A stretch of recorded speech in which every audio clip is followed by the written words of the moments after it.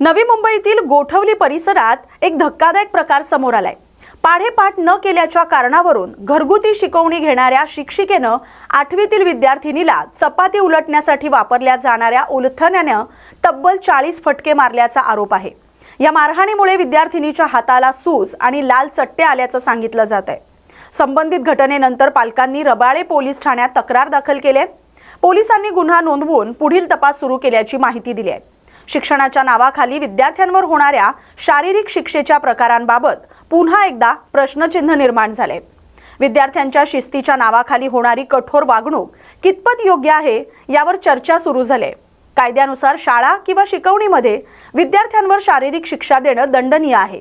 या पार्श्वभूमीवर संबंधित प्रकरणात नेमकी काय कारवाई होते याकडेच आता सर्वांचं लक्ष लागलंय। मी 4-5 वर्षापासून जाते आणि काल टेबलची टेस्ट होती, त्यामध्ये मला 25 to 30 आहे ते त्यांनी विचारलेले। तर मी म्हटलं की मला ते रिवाइज करायचे झाले नाहीये आणि रूल असा होता की एक टेबल चुकला तर त्याच्यावर 4 पलिते ती हातावरती मारणार आणि मग तिने सगळे जे चुकलेले होते ते टेबल लिहिले आणि मला एकही चान्स दिला नव्हता बोलायला। म्हणजे मी थोडीफार अटकली तरी ती लिहत होते आणि मग ते टोटल काउंट करून 40 झाले। तर मग एका हातावरती मी 20 वेळा मारलं। दिनांक 14/2/2026 रोजी एक घटना घडली की एका मुलीला तिच्या ट्युशन टीचरनं ट्युशनमध्ये मारहाण केली। त्या संदर्भात रबाळे पोलीस स्टेशनला 15/2 रोजी तक्रारदार पोलीस स्टेशनला आले आणि त्यांनी ट्युशन टीचरना मारहाण केली म्हणून त्यांनी आपल्याकडे तक्रार दिलेली आहे। त्याप्रमाणे त्यांची तक्रार आपण नोंदवून घेतलेली आहे आणि त्याच्यावर कारवाई सुरू आहे। आम्ही त्याच्यावर कारवाई कोल्हापूर जिल्ह्यातील वडिनगे गावात आयोजित लावणी नृत्य कार्यक्रमाचा एक व्हिडिओ सध्या सोशल मीडियावर व्हायरल होतोय। त्यावरून विविध प्रतिक्रिया उमटतायत।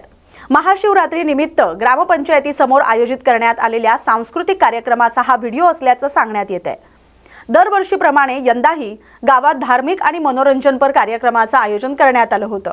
मात्र या व्हिडिओचा संदर्भ देत गावाची बदनामी करण्याचा प्रयत्न काही जणांकडून होत असल्याचा आरोप ग्रामस्थ आणि ग्रामपंचायत सदस्यांनी केलाय। ग्रामपंचायतीसमोरील परिसरात महापुरुषांच्या प्रतिमांसमोर कार्यक्रम झाल्याचा मजकूर जोडत सोशल मीडियावर वातावरण बिघडवण्याचा प्रयत्न झाल्याचा दावा करण्यात आलाय। दरम्यान या प्रकरणी अधिकृत पातळीवर कोणती कारवाई होणार का याकडेच लक्ष लागले। आपलं नाव सांगा बघा। मी उपसरपंच जयवंत दगडू कुंभार। काल नेमका काय प्रकार झाला, कसला कार्यक्रम होता आणि महाराज लावणी महोत्सव होता। ते आम्ही पॅक करतोय, सगळं शटर वगैरे लावतोय, स्टेज पुढे पडदे लावतोय। तिथे नेहमीच कार्यक्रम आम्ही घेतोय। 5 वर्ष गेले महाशांत सगळे सांस्कृतिक कार्यक्रम असतात सगळे। दुसरा पर्याय जागाच नाही, गावच्या सेंटरला हे एकच स्टेज आहे आम्हाला। एकच स्टेज जरी असलं तरी पाठीमागे छत्रपती शिवाजी महाराजांची मूर्ती असणं आणि त्यासमोर अशा पद्धतीने कार्यक्रमाचं आयोजन करणं, ग्रामपंचायतीला याची कल्पना नव्हती का? नाही, नेहमी कार्यक्रम असतच तिथं, आमचे सांस्कृतिक कार्यक्रम सगळे असतात तिथे। काल लावणी महोत्सवच होता ना, दुसरं असं काय होतं?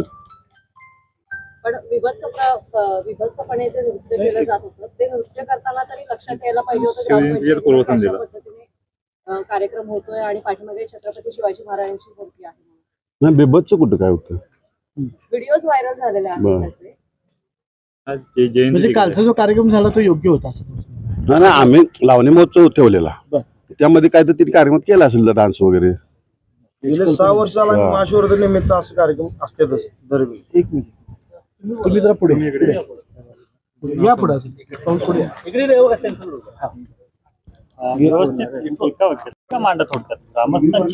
नाव सांगा। माझं नाव ऋषिकेश ठाणेकर, ग्रामपंचायत सदस्य। आम्ही गेले 5-6 वर्ष झालं दर यात्रेला, म्हणजे मागच्या बॉडी सुद्धा आणि या बॉडी सुद्धा दरवेळी इथं शिवाजी महाराजांची मूर्ती झाकून आम्ही दरवेळी स्टेजवर तिथं कार्यक्रम घेतोय दरवर्षी वडीण गावात। आणि गावाचं मेन लोकेशन असल्यामुळे इथं आम्ही कार्यक्रम घेतोय। आणि काल आमचा 11:15 दरम्यान कार्यक्रम आम्ही सगळे बंद केले। आणि हे जे आता जे व्हिडिओ व्हायरल झाले कशा पद्धतीने केले ते सामटे युगात ते व्हायरल झाले, ते शिवजयंती निमित्त ठेवले असं ते झाले। ते शिवजयंती निमित्त नाही, महाशिवरात्री निमित्त आम्ही कार्यक्रम घेतलेला आहे आणि गेले 4 दिवस झाले एकसारखं कार्यक्रम आमचं चालू आहे। कोणती व्हिडिओ? काही ग्रामस्थांचं असं म्हणणं आहे की शिवजयंतीच्या पूर्वसंध्येला हा कार्यक्रम होता आणि त्यात महाराजांचा पुतळा झाकून कार्यक्रम झाला। नाही, तसं नाही, महाशिवरात्री निमित्तचा हा कार्यक्रम घेतलेला आहे। दरवर्षी दरवर्षी घेतोय आम्ही, गेले 6 वर्ष झाले कार्यक्रम चालूच आहे। कुणाचा आक्षेप नाही. नाही आक्षेप म्हणून लोकांच्या गावात कोणाचाही काही विरोध नाही. ग्रामस्थांना तुम्ही घेऊन बाईट विचारा काय प्रॉब्लेम.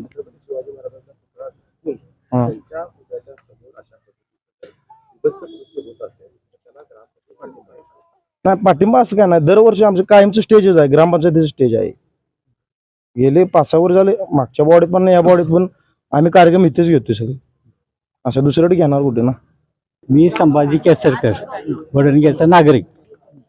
वर्षानुवर्षे कार्यक्रम शिवयात्रेचा होते, या स्टेजवरच होते.